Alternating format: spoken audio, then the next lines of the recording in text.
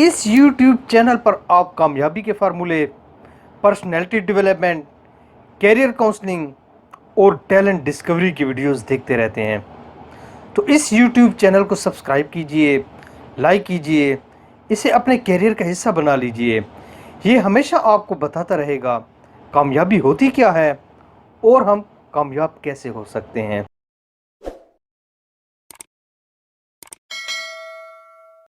لوسیتانیہ Titanic کے بعد دنیا کا دوسرا بڑا بحری جہاز تھا۔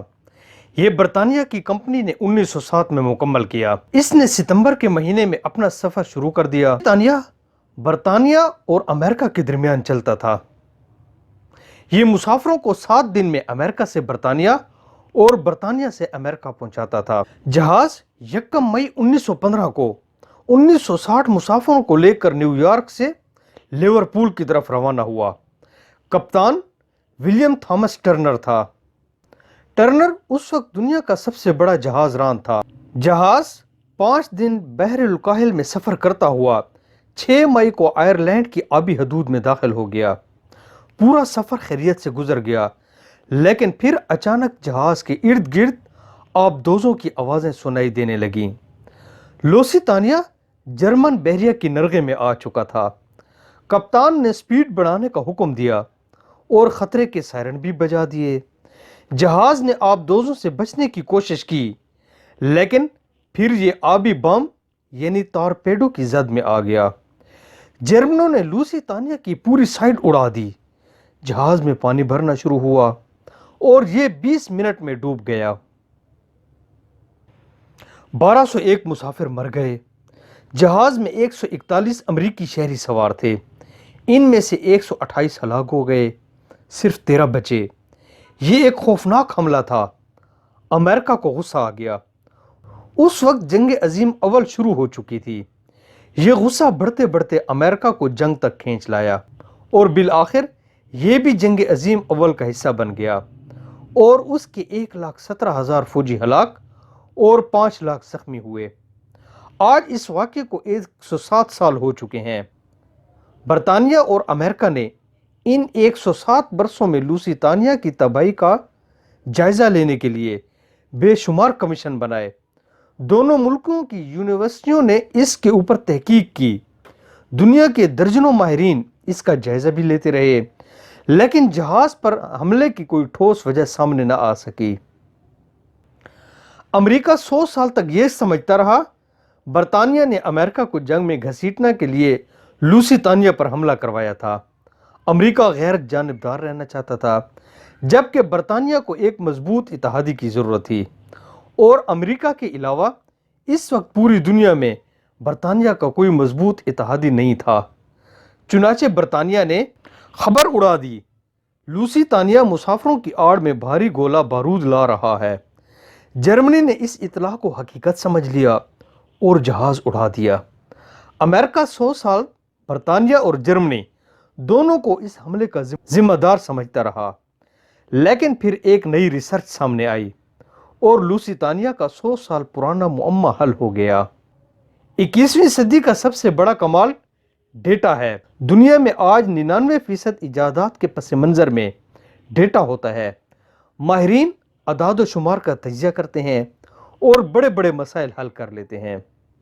انسانی عادتوں کے ماہرین نے اس ڈیٹا کی بنیاد پر ریسرچ کی تو معلوم ہوا دنیا میں 99% غلط فیصلے دن 2 بجے سے 4 بجے کے درمیان ہوتے ہیں۔ یہ ڈیٹا جب مزید کنگھالا گیا تو پتہ چلا دنیا میں سب سے زیادہ غلط فیصلے دن 2:30 سے 3 بجے کے درمیان ہوتے ہیں۔ یہ ایک حیران کن ریسرچ تھی۔ اس ریسرچ نے ڈیسیجن میکنگ یعنی قوت فیصلہ کی تمام تھیوریز کو ہلا کر رکھ دیا۔ ماہرین جب وجوہات کی گہرائی میں اترے تو پتہ چلا ہم انسان 7 گھنٹوں سے زیادہ ایکٹیو نہیں رہ سکتے۔ ہم 7 گھنٹے سے زیادہ کام نہیں کر سکتے۔ ہمارے دماغ کو 7 گھنٹے کے بعد فون کی بیٹری کی طرح ریچارجنگ کی ضرورت ہوتی ہے، اور ہم اگر اسے ریچارج نہیں کرتے تو یہ غلط فیصلوں کے ذریعے ہمیں تباہ کر دیتا ہے۔ ماہرین نے ڈیٹا کا مزید تجزیہ کیا تو معلوم ہوا لوگ اگر صبح 6 بجے جاگیں تو دن 1 بجے 7 گھنٹے ہو جاتے ہیں۔ ہمارا دماغ اس کے بعد آہستہ آہستہ سن ہونا شروع ہو جاتا ہے اور ہم غلط فیصلوں کی ایک لائن لگا دیتے ہیں۔ چنانچہ اگر ہم بہتر فیصلے کرنا چاہتے ہیں تو پھر ہمیں 2 بجے کے بعد فیصلے بند کر دینے چاہیے اور آدھا گھنٹے قیلولہ کرنا چاہیے۔ نیند کے یہ 30 منٹ ہمارے دماغ کی بیٹریاں چارج کر دیں گے اور ہم اچھے فیصلوں کے قابل ہو جائیں گے۔ ماہرین نے اس کے بعد ورکنگ آورز کو 3 حصوں میں تقسیم کر دیا۔ آفس کے پہلے 3 گھنٹے فیصلوں کے لیے بہترین قرار دے دیے گئے، دوسرے 3 گھنٹے فیصلوں پر عمل کے لیے وقف کر دیے گئے اور آخری گھنٹے فائل ورک، کلوزنگ اور اکاؤنٹس وغیرہ کے لیے مختص کر دیے گئے۔ آپ کبھی غور کریں کہ صبح اسکول جاتے ہوئے، کالج، شاپ پر جاتے ہوئے آپ کو راستے میں فقیر زیادہ ملیں گے۔ میں نے ایک بار ایک فقیر سے پوچھا، تم لوگ مانگنے کے لیے صبح کیوں آتے ہو اور شام کے وقت کیوں غائب ہو جاتے ہو؟ فقیر نے جواب دیا تھا، لوگ 12 بجے تک سخی ہوتے ہیں اور شام کو کنجوس ہو جاتے ہیں، ہمیں صبح زیادہ بھیک ملتی ہے۔ میں نے جب 2 بجے کی ریسرچ پڑھی تو مجھے فقیر کی بات سمجھ آ گئی۔ ہم اگر صبح نماز کے وقت اٹھتے ہیں تو پھر ہمیں 1 بجے کے بعد ہلکی سی نیند ضرورت پڑتی ہے۔ ہمیں ہلکی سی نیند کرنی چاہیے، تھوڑا سا سستا لیں۔ اگر ہم نیند لے لیں تو ہم فریش ہو جاتے ہیں۔ اب ہم لوسیتانیہ کی طرف واپس آتے ہیں۔